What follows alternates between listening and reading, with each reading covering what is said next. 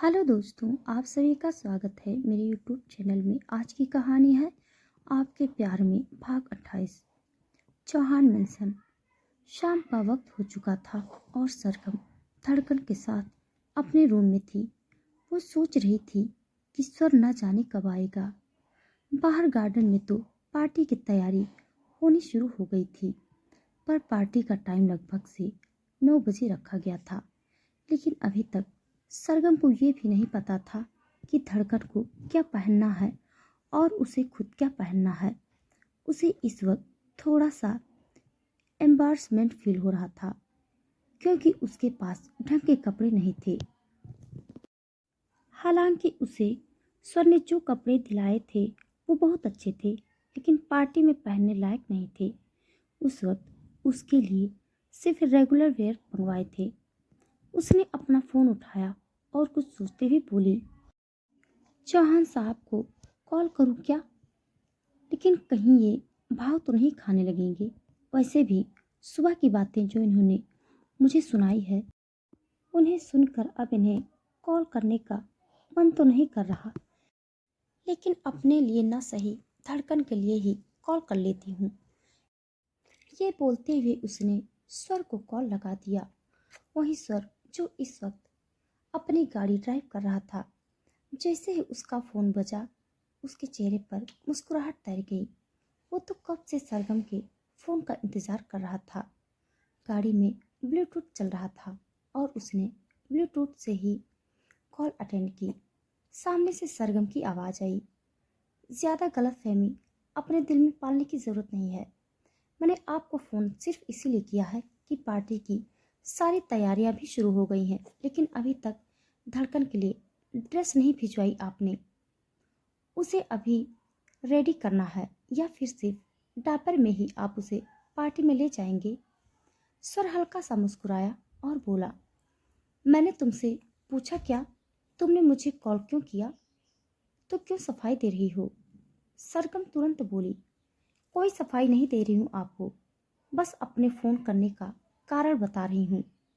मुझे बता दीजिए धड़कन को क्या पहनना है, मैं उसे तैयार कर दूँ। आप उसे पार्टी में भी तो लेकर जाएंगे ना? सर के चेहरे पर हल्की सी मुस्कुराहट थी। वो जानता था कि बार बार सरगम ये क्यों कह रही है कि धड़कन को पार्टी में लेकर जाना है, ताकि सर उससे पूछे कि क्यों वो अकेला क्यों धड़कन को पार्टी में लेकर जाएगा, या फिर सिर्फ धड़कन ही क्यों पार्टी में जाएगी। वो भी तो उनके साथ चलेगी ना। लेकिन उसने फिलहाल ऐसा कुछ नहीं कहा।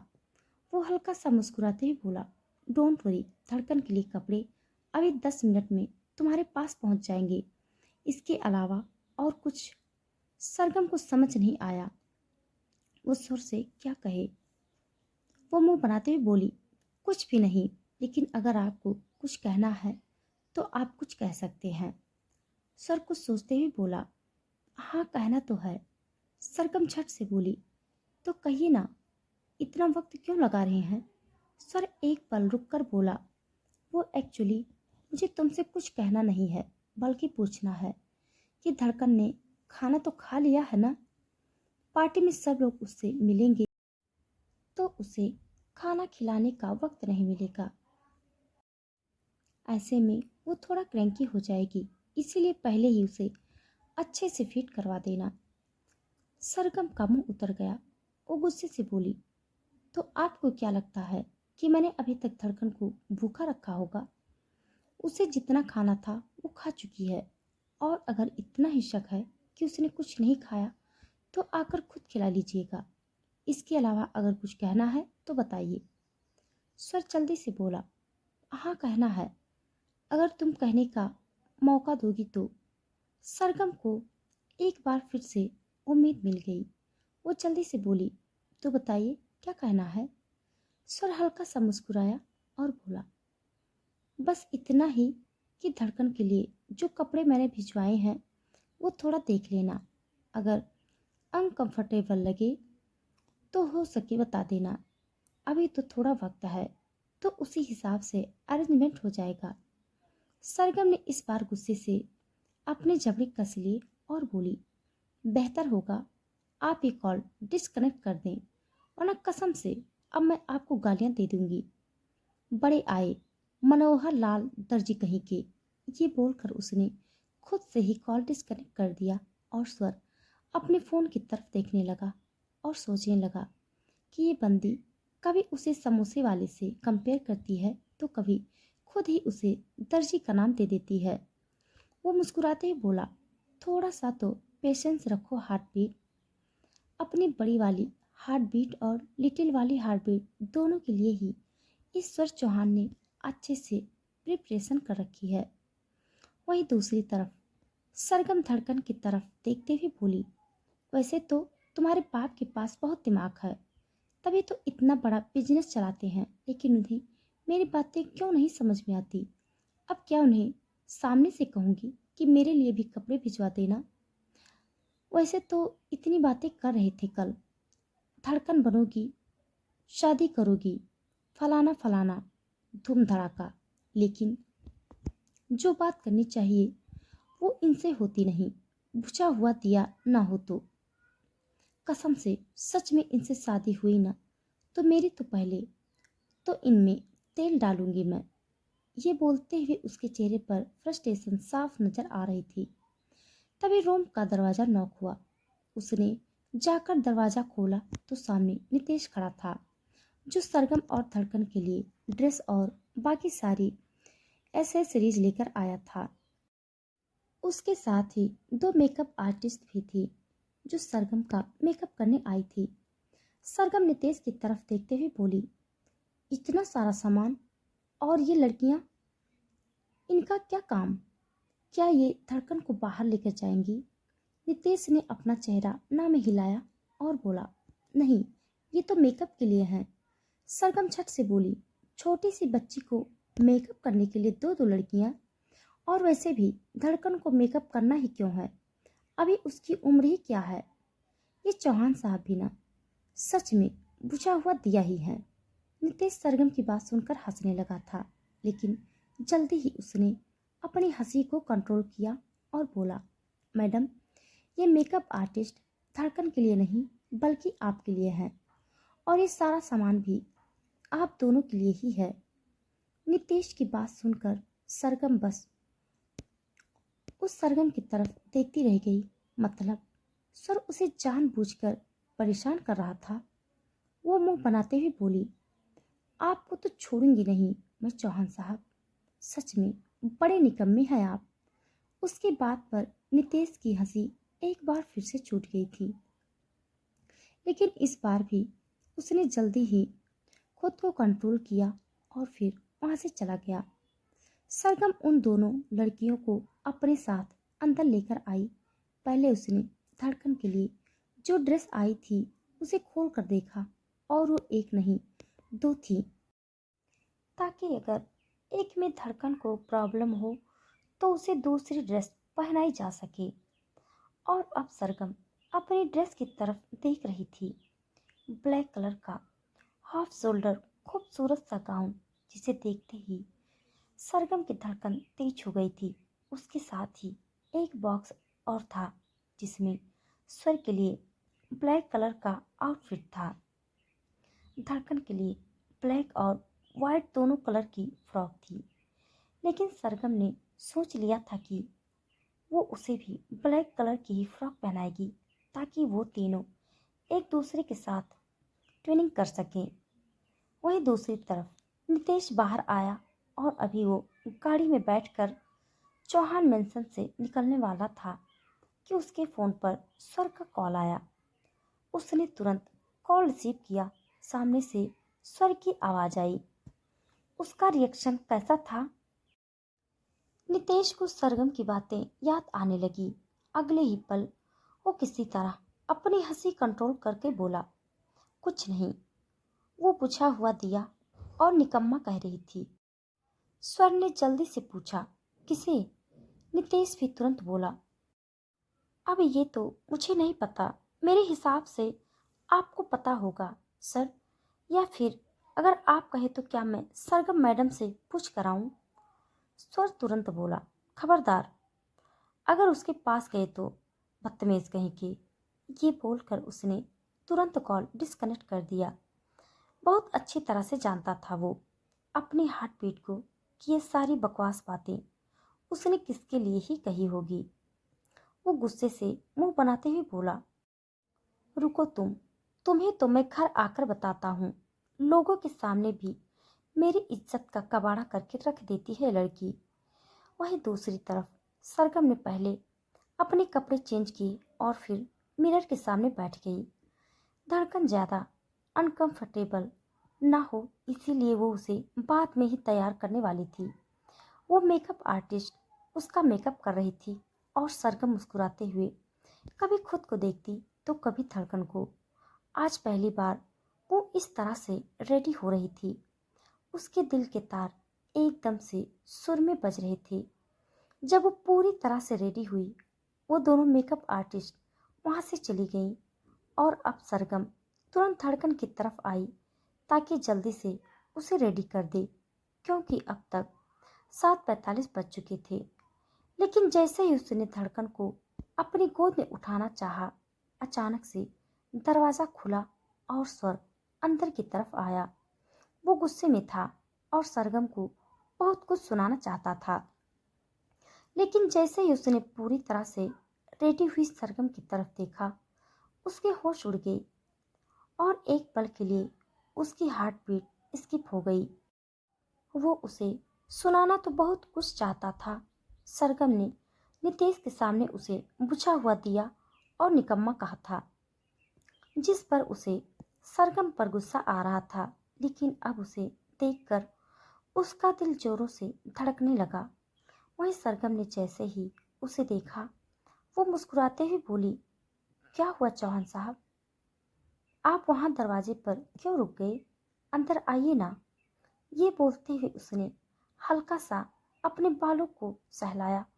वो बड़ी ही अदा से हल्का हल्का घूम रही थी, जैसे पूरी तरह से स्वर को दिखा रही हो। वही स्वर अंदर की तरफ आया। उसका गला सूख रहा था।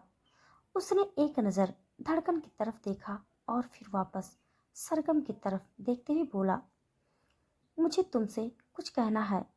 सरगम भी जल्दी से उसके करीब आई और बोली, कहिए न चौहान साहब, मैं तो सुनने के लिए बेताब हूँ। ये बोलते हुए वो सोच रही थी कि स्वर उसकी तारीफ करेगा। जिन नजरों से वो सरगम को देख रहा था, तारीफ करना तो बनता था। वहीं स्वर के दिल में भी उसकी तारीफें ही चल रही थी। वो एक बार फिर से बोला, सच में कह दूं? सरगम मुस्कुराते हुए बोली, कह दीजिए ना चौहान साहब, और कितना इंतजार करवाएंगे? नीचे पार्टी का वक्त हो गया है। हम तीनों को पार्टी में चलना है। कहिए ना, आप मुझसे क्या कहना चाहते हैं? ये बोलते ही उसने हल्का सा अपने लोअर लिप को अंदर की तरफ दबाया। उसकी इस अदा पर तो स्वर की धड़कनों ने जैसे पागल होना शुरू कर दिया। लेकिन अगले ही पल वो बोला, वो मुझे तुमसे कहना था कि धड़कन का डायपर अच्छे से देख लेना। तुमने मेरे कहने पर खाना तो अच्छे से खिला दिया था ना? कहीं ऐसा ना हो कि खाना खाते ही उसने ब्लास्ट कर दिया हो और हम उसे यूं ही उठाकर बाहर गार्डन में ले जाएं। सरगम उसकी तरफ देखती रह गई। उसे लगा सर उसकी तारीफ करेगा, लेकिन यहाँ तो उसकी बातें ही अलग थी। वो मुंह बनाते हुए बोली, आपको ये बात कहनी थी? सर तुरंत बोला, क्यों, तुम्हें कुछ और लगा? सरगम चिढ़ते हुए बोली, बिल्कुल भी नहीं। मेरे साथ तो आप सिर्फ ऐसी बातें ही कर सकते हैं। आपकी अच्छी अच्छी बातें तो दूसरों के सामने निकलती हैं। सर मुस्कुराते हुए बोला, हाँ, जैसे कि अनामिका। उसे देखकर तो मेरा मन करता है उसकी तारीफ करता रहूं। क्या दिखती है वो, माशाअल्लाह, एकदम गजब। सरगम गुस्से से दांत पीसते हुए बोली, अपने गजब को थोड़ा संभल कर रखिएगा चौहान साहब, कहीं मैं उसका गजमरा न बना दूं। मुझे गुस्सा मत दिलाइएगा, वरना पार्टी तो इस रूम में शुरू हो जाएगी। पहले मुझसे चिपकू चिपकू बातें करते हैं और फिर जाकर किसी और से चिपक जाते हैं, छिपकले कहीं के। ये बोलते हुए उसने धड़कन को अपनी गोद में उठा लिया और बाहर की तरफ जाने लगी। स्वर तुरंत बोला, आप बाहर कहाँ जा रही हो? सरगम मुंह बनाते हुए बोली, तो यहाँ रुककर क्या करूं? आपकी फालतू की बातें सुनूं? उस अनामिका की तारीफ में जो आप लंबे लंबे ऐसे लिखवाने वाले हैं वो सुनूं क्या? सर मुस्कुराया और बोला, अच्छा नहीं करूंगा उसकी तारीफ, कम से कम इधर रुको तो सही, मुझे तो तैयार होने दो। तुम दोनों अकेले थोड़ी न पार्टी में जाओगी, मुझे भी तो तुम्हारे साथ जाना है। पूरी फैमिली पिक्चर होगी। Heart beat. उसके मुंह से अपने लिए हार्ट बीट सुनकर सरगम का चेहरा थोड़ा लाल होने लगा। वो मुंह बनाते हुए बोली, मैं नीचे हॉल में बैठी हूँ, आप वहाँ आ जाइएगा। यहाँ पर रुकने का मेरा मन नहीं है। आपकी बातों से मेरा दिल थोड़ा खट्टा हो गया है। नीचे जाकर कुछ मीठा खाकर अपना मूड ठीक करूंगी। ये बोलकर उसने मुंह बनाया और फिर तुरंत वहां से चली गई। वो सीढ़ियां उतरते हुए नीचे की तरफ आई और आकर डाइनिंग टेबल पर रखे हुए मिठाई की बॉक्स देखने लगी। उसका सच में मीठा खाने का मन कर रहा था। वहीं दूसरी तरफ सर उसकी बात पर मुस्कुराते हुए बोला, एक बार जरा मुझे अपने करीब आने दो, उसके बाद तुम्हारा खट्टा मीठा तीखा फीका सब खाने का मन करेगा। Heart beat. ये बोलते हुए उसके चेहरे पर लंबी सी स्माइल थी। सरगम ने एक गुलाब जामुन खाया और थोड़ा थोड़ा धड़कन को भी खिलाया। धड़कन खिलखिलाते हुए हंस रही थी। सर तकरीबन 15 मिनट में सीढ़ियां उतरते हुए नीचे आया तो उसकी नज़र सरगम पर गई जो धड़कन के साथ खेल रही थी। उसने धड़कन को सोफे पर लिटाया हुआ था और उसकी चेस्ट पर अपना चेहरा रगड़ते हुए उसे हंसाने की कोशिश कर रही थी और धड़कन भी जोरों से हंसी जा रही थी। ये नज़ारा स्वर की जिंदगी का सबसे खूबसूरत नज़ारा था। लेकिन ये नज़ारा देखते हुए उसे हल्की सी तकलीफ ही होती थी और याद आता था कि निहारिका ने कैसे उसकी बच्ची को उससे छीन लिया और आज तक वो बच्ची उसे वापस नहीं मिली। अगर वो उसके पास होती तो धड़कन जितनी ही होती, वो आज उसका बर्थडे भी सेलिब्रेट कर रहा होता। निहारिका बेशक से उसकी जिंदगी में वापस आ आए, वो तो उसे अपनी जिंदगी में वापस चाहिए भी नहीं, और अगर गलती से आ भी गई तो ना जाने वो उसका क्या हाल करेगा। लेकिन वो बच्ची धड़कन और सरगम के साथ स्वर की जिंदगी कितनी ज्यादा खूबसूरत होती, ये सब सोचते हुए स्वर की आंखें गहरी लाल हो गई। उनमें हल्की हल्की नमी तैर गई थी। वहीं सरगम जो कब से उसे सीढ़ियों पर खड़ा देख रही थी, वो उसके थोड़ा करीब आकर बोली, क्या हुआ चौहान साहब, आप ऐसे यहाँ पर क्यों खड़े हैं? चलिए ना, पार्टी में चलिए, लोग हमारा इंतजार कर रहे हैं। 2-3 बार तो सर्वेंट आपको और मुझे बुलाने भी आ गए। सर उसकी बात सुनकर होश में आया और हल्का सा मुस्कुराकर बोला, कुछ नहीं, बस सोच रहा था कि कुछ वक्त के लिए हम बाहर कहीं घूमने चलें क्या? सरगम हैरानी से उसकी तरफ देखने लगी। वो मुंह बनाते हुए बोली, अभी तो आपने मुझसे शादी भी नहीं की और हनीमून मनाने का सोच रहे हैं, कहीं ऐसा तो नहीं आप कोई प्लानिंग कर रहे हैं? मजे लेकर मुझे छोड़ने का तो नहीं सोच रहे ना? सर उसकी बात पर हैरान हुआ। वो गुस्से से बोला, मुंह तोड़ दूंगा मैं तुम्हारा अगर फालतू की बात की तो। आई बड़ी मजे वाली, दिलाऊं तुम्हें अभी मजे? कुछ करना चाहूं ना तो अभी ले जाऊं बेड पर, और तुम्हारी क्या मजाल जो तुम मना कर जाओ। उसकी बात पर सरगम ने अपने मुंह पर अपना हाथ रख लिया। उसने गलती से वो बात बोल दी थी, लेकिन अब उसे स्वर के जवाब पर हंसी आ रही थी। स्वर उसे गुस्से से उसकी तरफ देखते हुए बोला, दांत मत निकालो वरना दांत तोड़ दूंगा। पहले मुझे तुम पर बहुत गुस्सा आ रहा है। ये जो तुमने मुझे बुझा हुआ दिया और निकम्मा कहा। रुको, एक बार कुछ दिन रुको तुम्हें अपने बुझे हुए दिए से नहीं, जागते हुए दिए से मैं बहुत अच्छी तरह से इंट्रोड्यूस करवाऊंगा। सरगम उसकी बात का मतलब समझकर हैरानी से उसकी तरफ देखने लगी और बोली, मेरा मतलब इस बात से नहीं था। मैंने उस तरह से आपको बुझा हुआ दिया नहीं बोला था। मैं तो अभी तक आपके दिए से मिली ही नहीं, तो मुझे क्या पता आपका दिया बुझा हुआ है या जगा हुआ है। सर तुरंत बोला, कोई बात नहीं, थोड़ा सा इत्मीनान रखो हार्टबीट। सरगम झट से बोली, अरे जब मेरा वो मतलब था ही नहीं। वो बोलती ही रह गई और स्वर ने अब धड़कन को अपनी गोद में उठा लिया और फिर सरगम का हाथ पकड़कर बाहर की तरफ बढ़ने लगा। सरगम अब एकदम से चुप हो गई थी।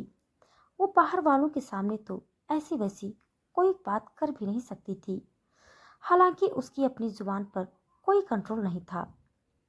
वो कभी भी कुछ भी बोल सकती थी, लेकिन फिलहाल वो खुद पर थोड़ा कंट्रोल करने की कोशिश कर रही थी। वो तीनों बाहर की तरफ आए तो मीडिया वाले जो उनके रास्ते में पलके बिछाए बैठे थे, वो तुरंत उनके सामने आकर खड़े हो गए और उन्हें अपने कैमरा में कैप्चर करने लगे। धड़कन स्वर की गोद में थी, लेकिन अब स्वर ने धड़कन को सरगम की गोद में दे दिया और फिर खुद सरगम की कमर पर अपना हाथ रख लिया। सरगम का दिल जोरों से धड़क उठा। मीडिया वाले स्वर की तरफ देखते हुए बोले, हमें तो लगा था आप अपनी बेटी के साथ अकेले आएंगे मिस्टर चौहान, लेकिन आपके साथ ये कौन है? क्या आप इन्हें मीडिया से इंट्रोड्यूस करवाना चाहेंगे? सर हल्का सा मुस्कुराया और बोला, क्यों नहीं, ये है मेरी होने वाली वाइफ, लेकिन हो चुकी लाइफ पार्टनर मिसेस सरगम स्वर चौहान। जैसे ही उसने कहा, सरगम की हार्ट बीट एक पल के लिए स्किप हो गई। वो स्वर की तरफ देखती रह गई और स्वर ने भी मुस्कुराते हुए उसकी तरफ देखा और बोला, स्माइल करो हार्टबीट, पिक्चर्स अच्छी होनी चाहिए हम तीनों की। एज ए फैमिली ये पहली पिक्चर होने वाली है। मैं इन्हें हमारे रूम में लगवाऊंगा। उसकी इस बात को सुनते ही सरगम की आंखों में नमी तैर गई। वो स्वर की बातों को अभी तक मजाक समझ रही थी।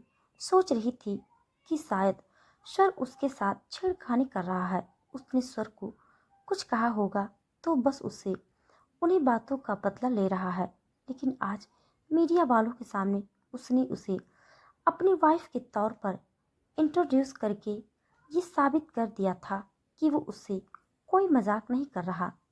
हालांकि स्वर ने पहले ही अपनी बातों को प्रूफ कर दिया था, लेकिन आज तो जैसे सरगम सच में अपना दिल स्वर पर हार गई। तो दोस्तों, आज के लिए बस इतना।